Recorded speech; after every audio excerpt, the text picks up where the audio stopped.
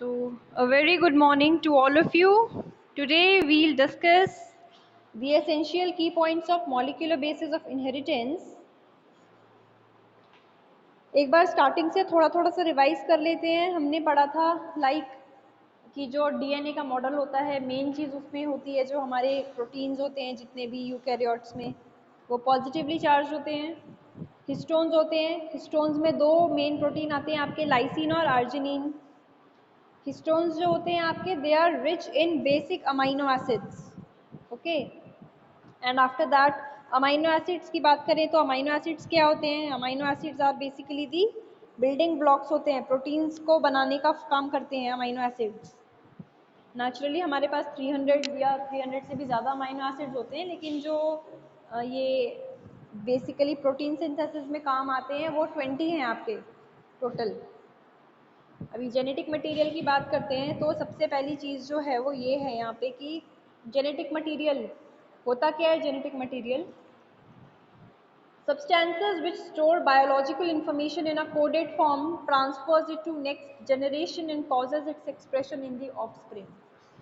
देखो, genetic material वो चीज़ होती है ये आपकी बॉडी में या आपके जो आपकी जो टोटल ओवरऑल बायोलॉजिकल इंफॉर्मेशन है, चाहे वो आपका डीएनए है, ठीक है, ये सारी इंफॉर्मेशन स्टोर करके रखती है. ठीक है, स्टोर ही नहीं करके रखती सिर्फ, उसके बाद ये ट्रांसफ़र भी करती है उस इंफॉर्मेशन को नेक्स्ट जनरेशन में. जो आपकी नेक्स्ट जनरेशन होती है उसमें ये ट्रांसफ़र भी करती है, पास ऑन होता रहता है ये. ठीक है, ऑफस्प्रिंग्स में. तो this is your genetic material. Next, अगर ये आप देख सकते हैं यहाँ पे डायग्राम जेनेटिक मटेरियल का, इट इज़ ये इसी तरीके के कुछ फॉर्म में होता है. आई रिपीट, जेनेटिक मटेरियल वो सब्सटेंसेस होते हैं जो आपकी बायोलॉजिकल इंफॉर्मेशन को स्टोर करके रखते हैं किसी भी फॉर्म में, एक कोडेड फॉर्म में उनका जो है वो स्टोरेज रहता है. आफ्टर दैट वही इंफॉर्मेशन को वो ट्रांसफ़र करेंगे नेक्स्ट जनरेशन पे. जो आपकी नेक्स्ट जनरेशन आएगी ऑफस्प्रिंग्स में, उनमें ये इंफॉर्मेशन पास ऑन होती है. अभी एसेंशियल फीचर्स क्या होते हैं जेनेटिक मटेरियल के? सबसे पहली और फॉरमोस्ट थिंग होती है जो वो ये होती है कि जो जेनेटिक मटेरियल होता है, it should be present in every cell of the body. हमारी जो शरीर है, शरीर के बॉडी के हर एक सेल में जेनेटिक मटेरियल का it has to be present, it needs to be present होना चाहिए.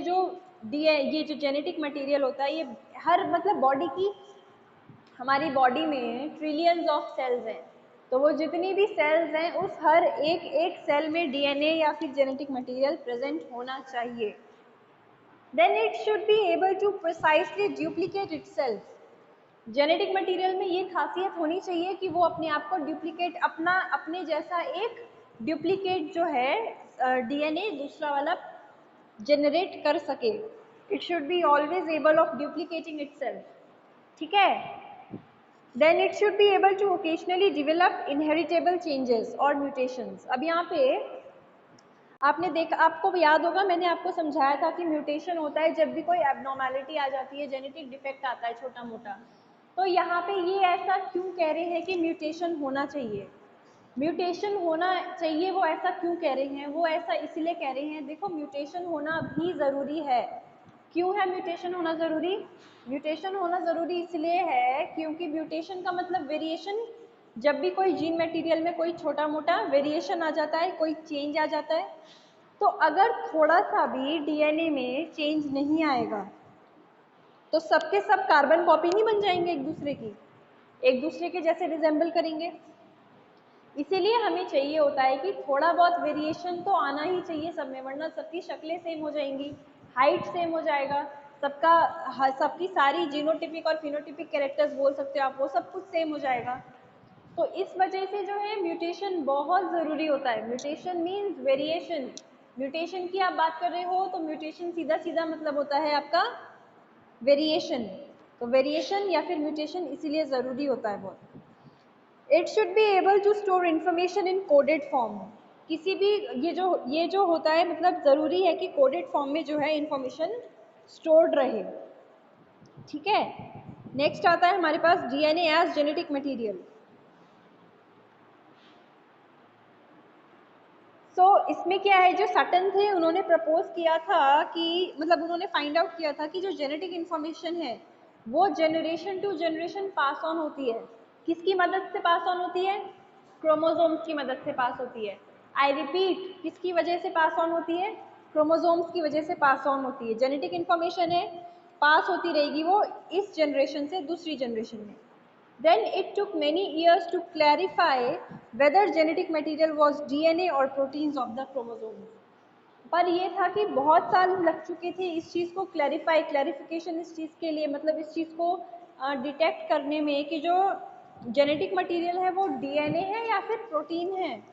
लाइक डीएनए भी हो सकता है, प्रोटीन भी हो सकता है, आखिर है क्या? ठीक है। सो अब जेनेटिक मटेरियल की अब बात करोगे तो दो चीज़ें इसमें हमेशा मिलेंगी आपको, प्रोटीन्स और डीएनए। दो चीज़ों की बात हमेशा लिंक्ड होती है जेनेटिक मटेरियल से, that is protein and DNA. अब अगर प्रोटीन्स की बात करें, प्रोटीन्स में क्या है? Proteins were thought to play the role of genetic material. ऐसा सोचा गया था, ऐसा माना जाता है कि जो प्रोटीन्स है, प्रोटीन्स का बहुत बड़ा हाथ है जेनेटिक मटेरियल को मेकअप करने के लिए। These are macromolecules and shows enormous variety. ये जो लुक, अब दो चीज़ें होती है, मैक्रोमोलिक्यूल और माइक्रोमोलिक्यूल। मैक्रोमोलिक्यूल मतलब थोड़े से जो बड़े मॉलिक्यूल्स होते हैं, माइक्रो मीन्स जो बहुत ही टाइनी या फिर माइन्यूट पार्टिकल्स या मॉलिक्यूल्स होते हैं। ठीक है। अब प्रोटीन्स भी ऐसा तो है नहीं कि कोई एक प्रोटीन प्रेजेंट है हमारे पास naturally. There are an number of proteins present, enormous varieties, इतनी सारी वेराइटीज है प्रोटीन्स की भी। ठीक है। So these exhibit great specificity of function. अभी स्पेसिफिसिटी ऑफ फंक्शन क्या हुआ? स्पेसिफिसिटी ऑफ फंक्शन मतलब ये होगा कि अगर मैं आपको बॉडी के टर्म्स में एग्जांपल दूं, अगर आपकी आंखें हैं तो आंखें आपकी देखेंगी ही, सुन नहीं सकती आपकी आंखें। eyes have been there for you just to see, just to watch the things, not to hear anything or not to speak. You cannot speak with your eyes, you can just see with your eyes, you can just have a watch with your eyes. Okay. Similarly, you can have an audible effect with your ears, not anything else. तो ये सब कुछ चीज़ें होती हैं जो आपको ध्यान रखना बहुत ज़रूरी है। ठीक है। Then they have no mechanism for duplication, so these do not qualify to act as genetic material. अभी क्या होता है ना कि जो प्रोटीन्स है आपका, इसका लाइक जेनेटिक मटेरियल में अभी हमने ऊपर पढ़ा कि अगर आप जेनेटिक मटेरियल की बात कर रहे हो तो उसमें डुप्लीकेशन तो होना ही है। डुप्लीकेशन तो होना ही पड़ेगा, डुप्लीकेट फॉर्म उसको अपनी बनाना ही पड़ेगा, otherwise it cannot be refer to as genetic material. तो इस वजह से बोला जाता है। अब प्रोटीन्स में क्या होता है ना कि प्रोटीन्स का मैकेनिज्म नहीं होता डुप्लीकेशन का, प्रोटीन अपने आप को डुप्लीकेट नहीं कर पाते हैं, proteins are not able to duplicate its themselves. तो इस वजह से प्रोटीन्स जो थे वो जेनेटिक मटेरियल की तरह एक्ट नहीं कर पा रहे थे। क्यों? आपको ये क्वेश्चन अगर पूछा जाता है कि प्रोटीन्स को जेनेटिक मटेरियल की तरह वो एक्ट क्यों नहीं कर पा रहे थे, तो क्यों नहीं कर पा रहे थे, आंसर आप क्या दोगे? क्योंकि उनमें डुप्लीकेशन नहीं हो पाता है, इसी वजह से। ठीक है। Then comes your DNA as genetic material. यहाँ पे आप देखो, ये डीएनए का स्ट्रक्चर आपने देखा होगा। ठीक है। So DNA as genetic material, it is found in all the cells. सबसे इंपॉर्टेंट चीज़ तो यही है। देखो, अगर आप डीएनए की बात करते हो तो डीएनए को जेनेटिक मटेरियल क्यों रेफर किया गया है? डीएनए को इसलिए रेफर किया गया है जेनेटिक मटेरियल की तरह में क्योंकि डीएनए जो है वो हर एक सेल में आपको मिलेगा ही मिलेगा। डीएनए हर एक सेल में आपको मिलेगा ही मिलेगा। जितनी भी सोमैटिक सेल्स हैं of a given species contain same amount of DNA. जितनी भी सेल्स हैं आपकी, सारी सेल्स में आपको सेम अमाउंट ऑफ डीएनए ही मिलेगा, एक ही तरीके का डीएनए मिलेगा। ऐसा नहीं कि एक ही अमाउंट का, ऐसा नहीं कि इसमें इतना और इसमें इतना, no, it is not like that at all. It exhibits infinite variety. Variety की बात करें अगर हम डीएनए में, इनफाइनाइट वेराइटीज हैं, इसमें वेराइटी ही वेराइटी मिलेगी आपको। ठीक है। उसके बाद it duplicates it's genetic information. इसके अंदर पोटेंसी या फिर पोटेंशियल होता है कि ये अपनी जो जेनेटिक इन्फॉर्मेशन है उसको डुप्लीकेट कर लेता है। Always remember, it has the potency या फिर पोटेंशियल टू डुप्लीकेट इट्सेल्फ। इसकी जो जेनेटिक इन्फॉर्मेशन है उसको ये डुप्लीकेट कर लेता है। Then comes this DNA as genetic material. Its copies are precisely distributed to daughter cells. अब डीएनए का जितना भी डुप्लीकेट कॉपी होता है वो क्या होता है, बेसिकली जो डॉटर सेल्स होती हैं आपके उसमें डिवाइड हो जाता है, डिस्ट्रीब्यूट हो जाता है। सबसे इंपॉर्टेंट चीज, और दूसरी सबसे इंपॉर्टेंट चीज, ये हमेशा आपके जेनेटिक इंफॉर्मेशन को स्टोर करके रखता है। It's always and always, it will always store your genetic information. जो भी आपका जेनेटिक इंफॉर्मेशन है, चाहे B it your DNA, B it your information of the genes present or anything like anything, ठीक है, वो सारी इंफॉर्मेशन उसमें स्टोर्ड होती है। तीसरी सबसे इंपॉर्टेंट चीज, it develops mutation. It develops mutation. Mutation मैं दोबारा बोलूंगी, मैंने आपको पिछले चैप्टर में म्यूटेशन समझाया था, तो मैंने आपको एक एग्जांपल दिया था कि जो हमारी हॉलीवुड की मूवीज होती हैं लाइक एक्समैन और ये सब, इसमें जो वो वुल्वरीन होता है, वुल्वरीन का क्या होता है, वुल्वरीन, आप अगर वुल्वरीन का साइज देखोगे, वुल्वरीन का साइज कितना बड़ा होता है, लाइक मूवीज हॉलीवुड मूवीज में दिखाया गया है। तो वो जो वुल्वरीन है, Wolverine itself is an example of mutation. मतलब अकॉर्डिंग टू हॉलीवुड मूवीज में जो दिखाया गया है वो यही है कि जो आपका वुल्वरीन है वो उसी का एग्जांपल है। किसका एग्जांपल है? म्यूटेशन का। लेकिन असली जिंदगी में आज तक ऐसा हुआ नहीं है। बेसिकली म्यूटेशन हुई है, ऐसा नहीं है कि म्यूटेशन नहीं हुई है, म्यूटेशन डेफिनेटली हुई है, लेकिन जो वुल्वरीन है उस लेवल पे म्यूटेशन कभी नहीं हुआ है, अभी तक तो नहीं हुआ है।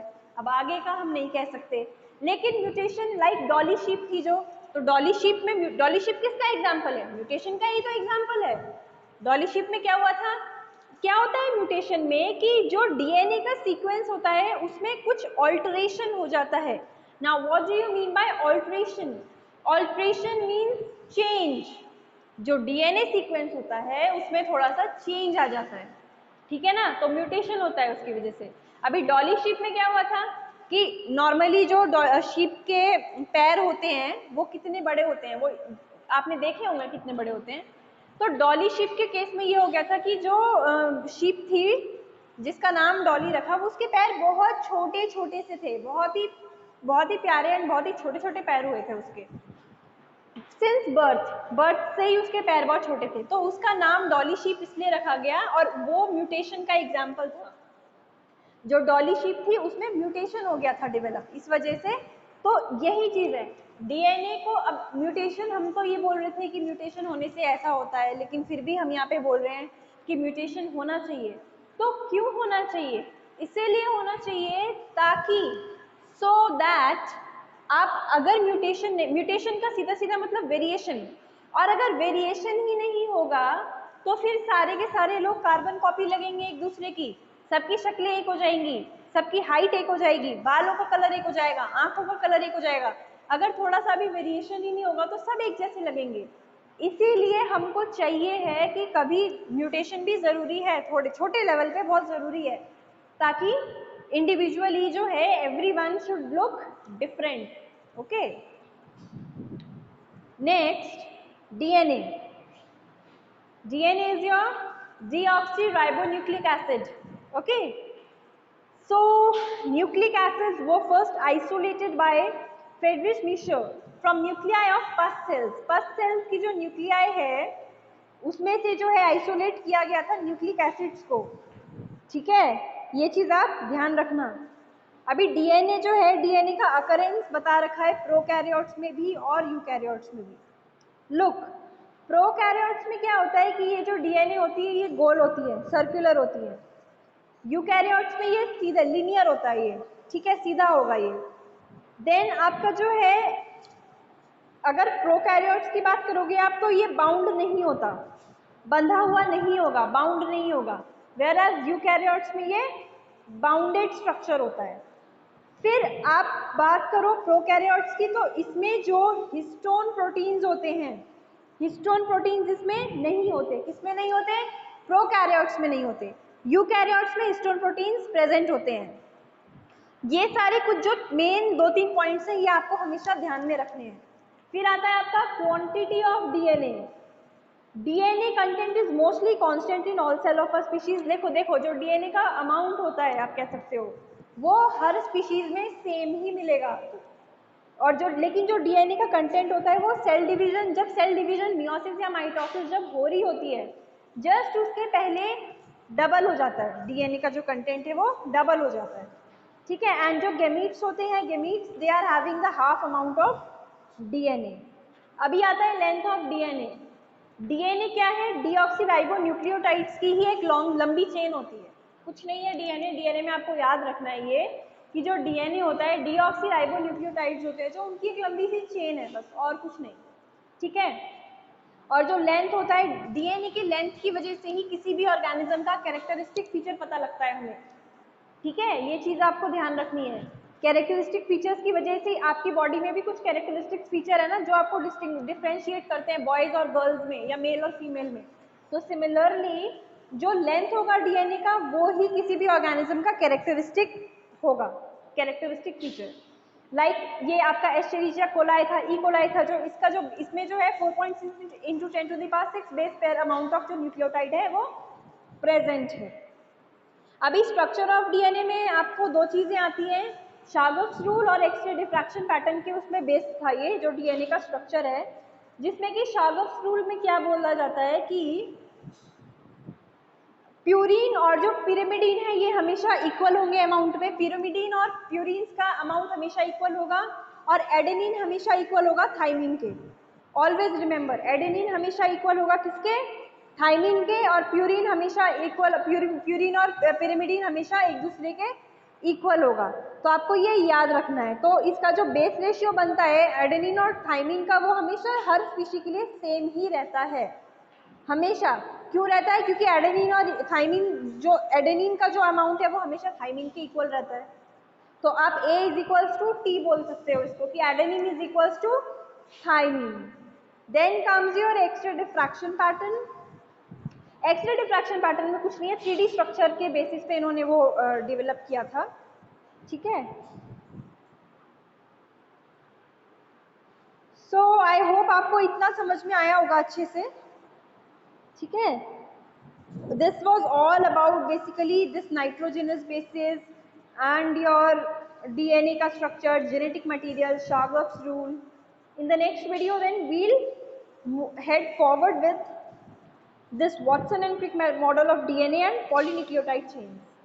So I hope everything is clear to you. Thank you class.